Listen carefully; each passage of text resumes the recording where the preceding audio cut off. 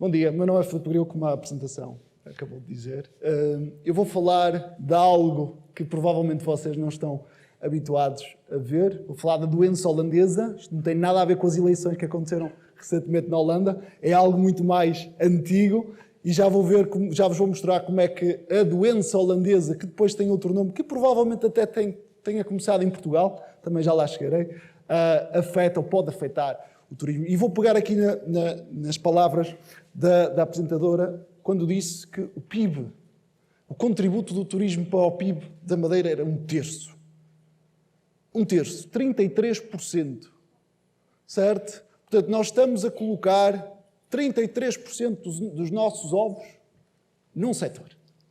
É aqui que eu quero falar.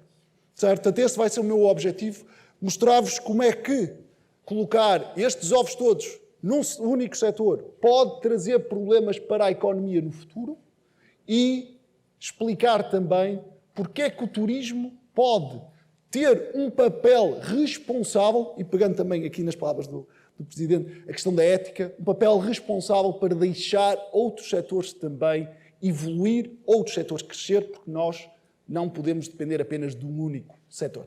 Esta é a minha proposta para a apresentação e, portanto, vou só começar pela estrutura.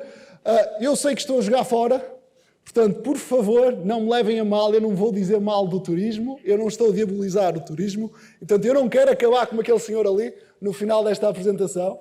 Portanto, o que eu neste momento vou mostrar é o que é isto da doença holandesa, falar um bocadinho porque que o turismo em Portugal pode ser visto à luz da doença holandesa e o que é que nós podemos fazer para evitar cair neste erro que é, então, a doença. Então, começando pela doença, isto foi um termo cunhado pela revista The Economist em 1977.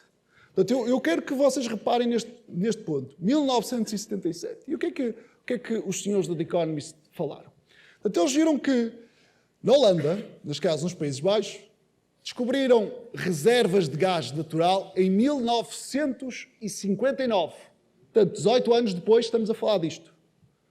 Em 1959, os Países Baixos descobriram reservas de gás natural e parece que esta descoberta das reservas de gás natural estava a pôr em causa o sistema económico holandês. Estava a criar vulnerabilidades no tecido empresarial, no tecido industrial e, portanto, foi como a descoberta de gás natural foi um presente envenenado para os outros setores económicos. Portanto, o setor industrial que não era do gás natural estava a ter cada vez mais dificuldades em crescer e estava até a regredir. E é por isso que quando o The Economist lança esta notícia, isto criou um choque em todo o setor económico e após este termo cunhado de doença holandesa foi feita muita investigação e neste momento a doença holandesa já não se chama doença holandesa, chama-se a maldição dos recursos. Portanto, a maldição dos recursos é o que acontece em muitos países subdesenvolvidos que descobrem, por exemplo, petróleo, descobrem, por exemplo, gás natural e que a descoberta deste recurso vai criar uma alta dependência do recurso na atividade económica e vai matar tudo o resto à volta. Eu só agora quero fazer um pequeno paralelismo com o turismo. Portanto, comecem a ver a minha apresentação, eu já vou ao turismo, mas comecem a ver a minha apresentação com base no turismo, certo? Mas antes de irmos ver como é que isto acontece, eu só quero deixar uma nota, porque há quem diga que a primeira maldição dos recursos aconteceu em Portugal. Alguém tem algum guess para me dizer onde é que isso aconteceu? O ouro do Brasil, precisamente. Eu quando digo isto aos meus alunos brasileiros, eles olham com uma cara de recriminação, onde é que está o nosso ouro? Certo? Portanto, a descoberta do ouro no Brasil criou muitas dependências da economia portuguesa, pobre economia portuguesa do século XV, século XVI, e, portanto, há alguma evidência que, de facto, a descoberta do ouro destruiu o nosso tecido, pequeno tecido empresarial. Então, como é que isto acontece? Há aqui vários mecanismos identificados pela literatura. O primeiro grande mecanismo é o câmbio.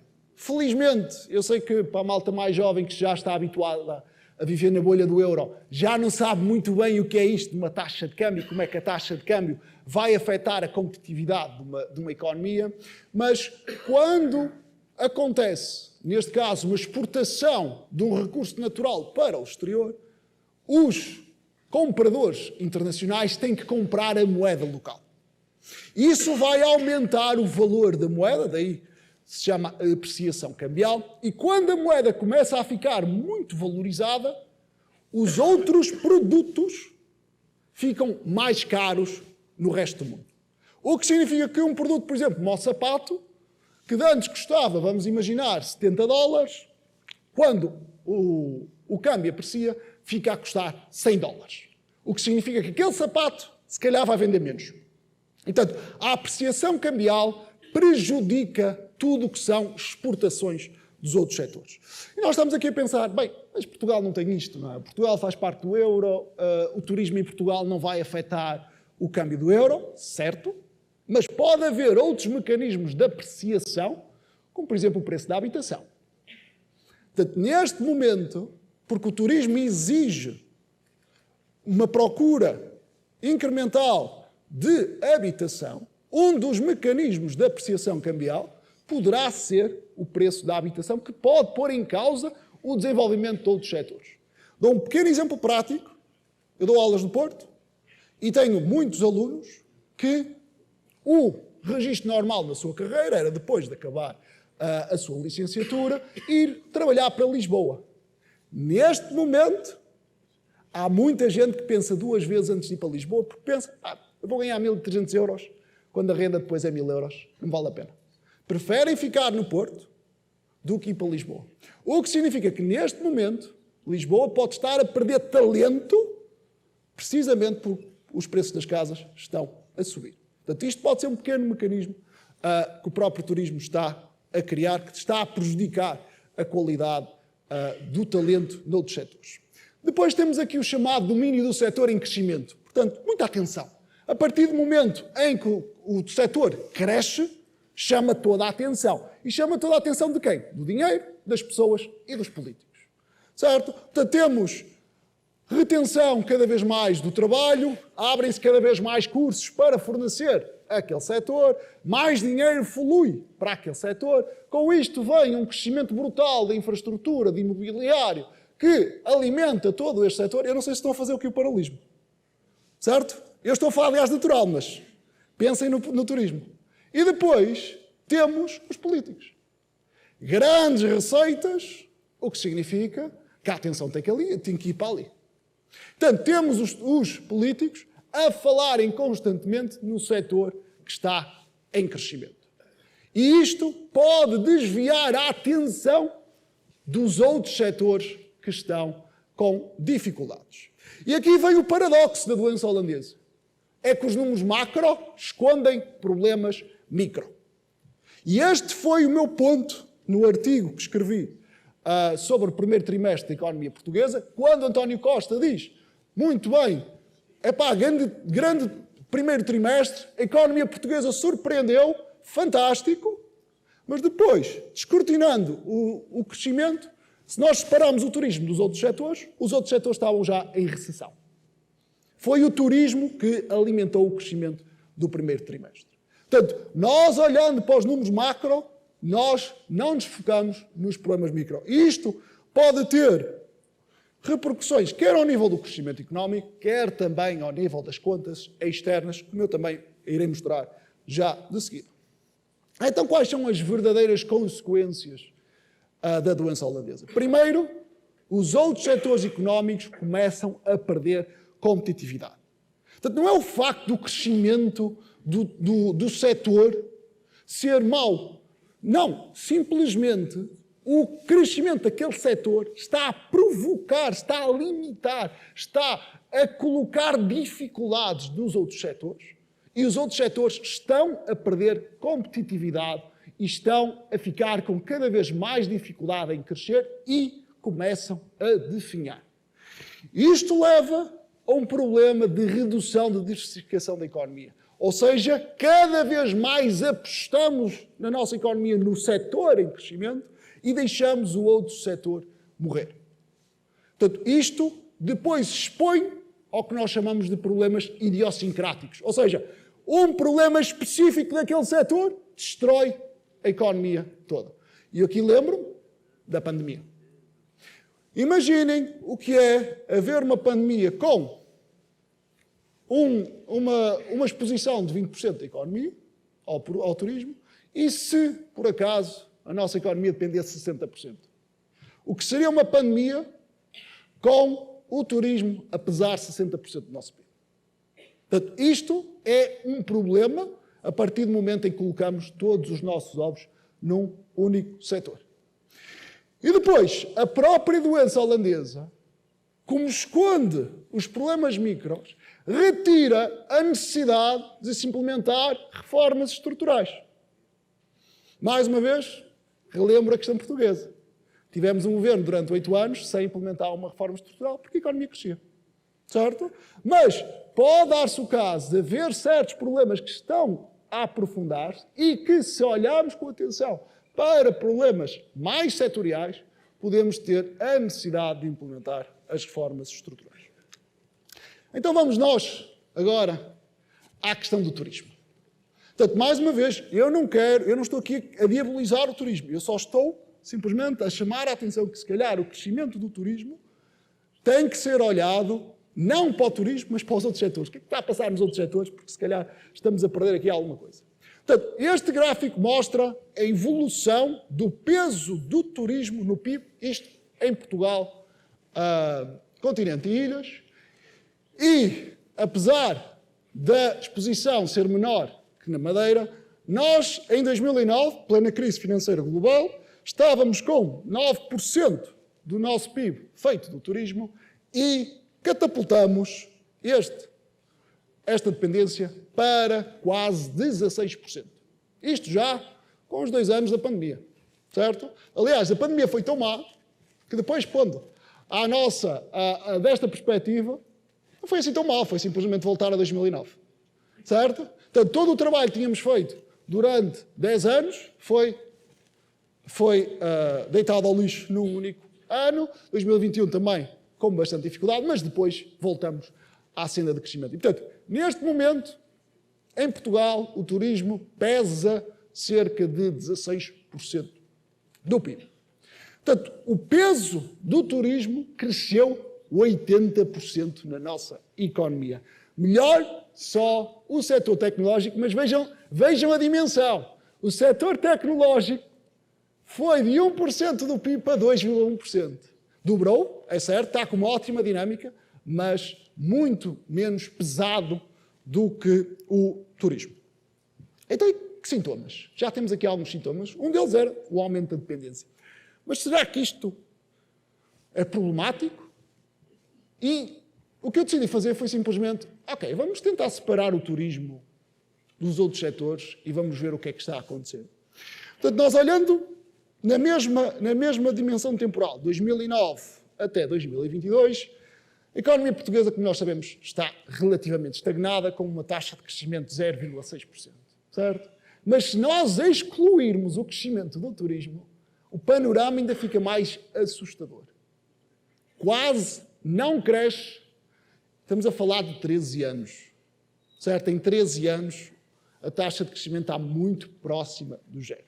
E mesmo na altura da bonança, depois da Troika, depois de termos feito todo aquele esforço, mesmo isso, a nossa economia, que até parece estar a crescer quase a 2%, que é uma meta muito válida, retirando o efeito do turismo, os outros setores crescem 1,4%. Portanto, relativamente residual, e portanto é o turismo que parece estar a puxar pelo crescimento económico.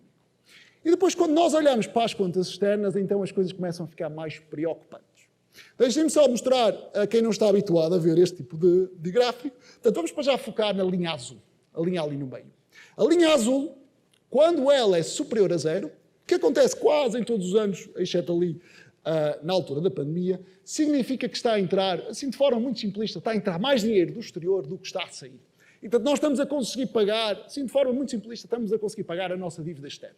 Certo? Todos os anos que aquilo está positivo, nós estamos a pagar a nossa dívida externa. E, portanto, isto era um problema que levou-nos à chamada da Troika. Portanto, até à Troika nós tínhamos este valor sempre negativo.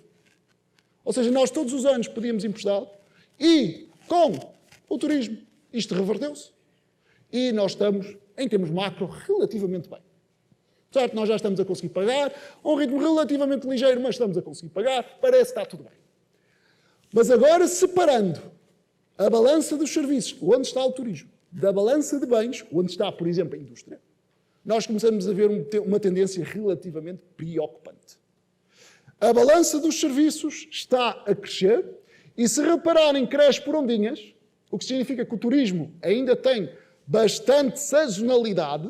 Portanto, esse é um problema que o próprio turismo tem que resolver para alargar a sua influência durante o ano. Portanto, as ondinhas é simplesmente a sazonalidade a acontecer.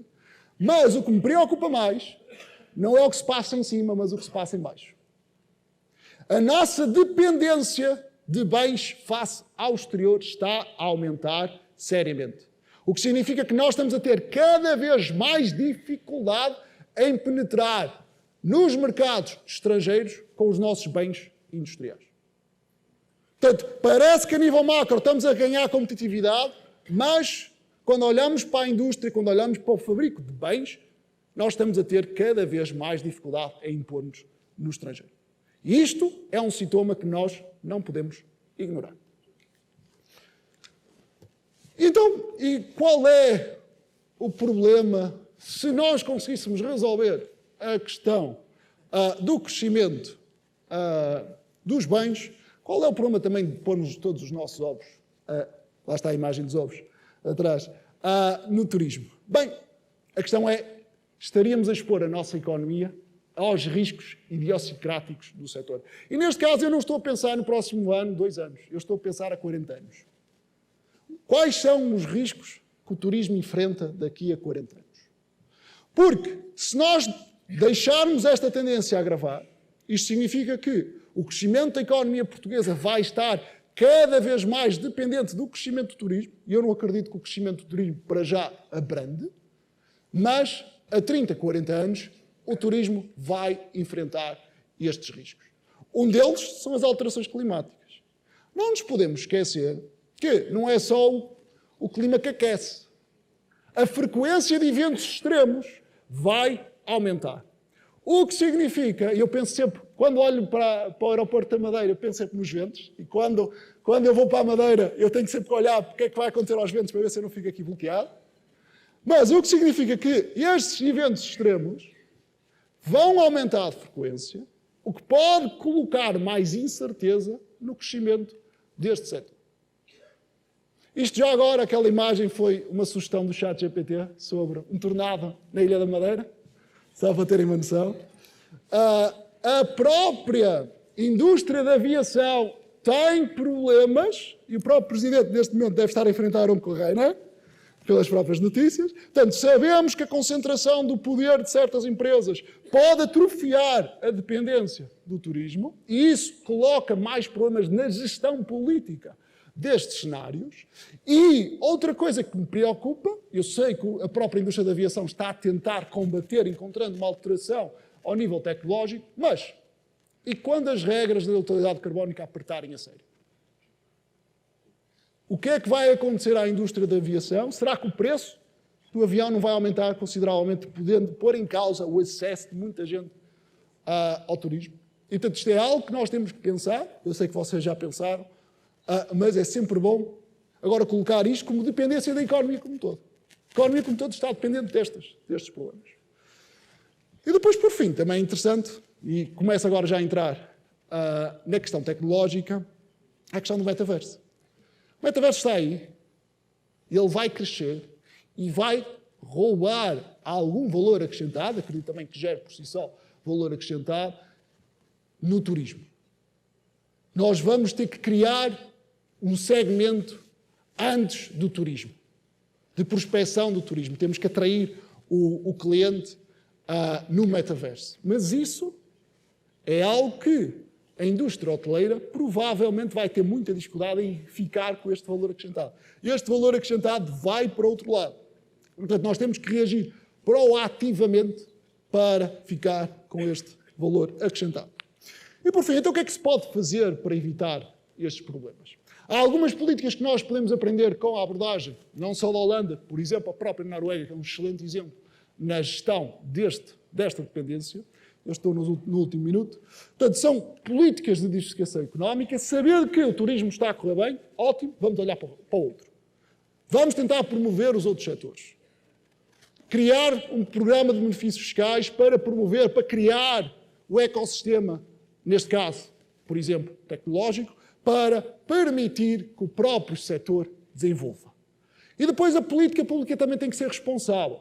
Nós não podemos estar sempre a depender de receitas do turismo. E para isso, em vez de aceitarmos que o turismo vai ficar sempre a alimentar a máquina fiscal do Estado, idealmente deveríamos separar esta noção e pensar que esta receita é para financiar algo que pode acontecer no futuro, e em vez de aumentar a despesa, se calhar criar o tal fundo soberano que neste momento o próprio Governo já sugeriu. Por fim, nunca nos podemos esquecer do paradoxo da doença holandesa. E, portanto, olhar para as reformas estruturais que nós precisamos de implementar para que o outro setor não morra definitivamente. Deixo uma última mensagem, porque o meu tema também era a tecnologia. Podemos, sim, utilizar o crescimento do turismo para catapultar outros setores. Seria um desperdício não aproveitar isso. E, portanto, o turismo 4.0 pode, de facto, ser uma porta de entrada para o setor tecnológico na região. Mas nós temos que criar um ecossistema preparadinho para quando o setor tecnológico se desenvolver, emancipar-se do turismo, não ficar dependente do turismo, emancipar-se, preparar o setor para outros desafios que não o turismo. E com isto deixo aqui a última sugestão, não sei se vocês conhecem a Madália. A Madália é um gêmeo digital da Ilha da Madeira que já está no metaverso. É um bom exemplo de como o setor turístico pode catapultar o próprio setor tecnológico. E com isto termino, que já demorei mais. Muito obrigado e espero que tenham gostado.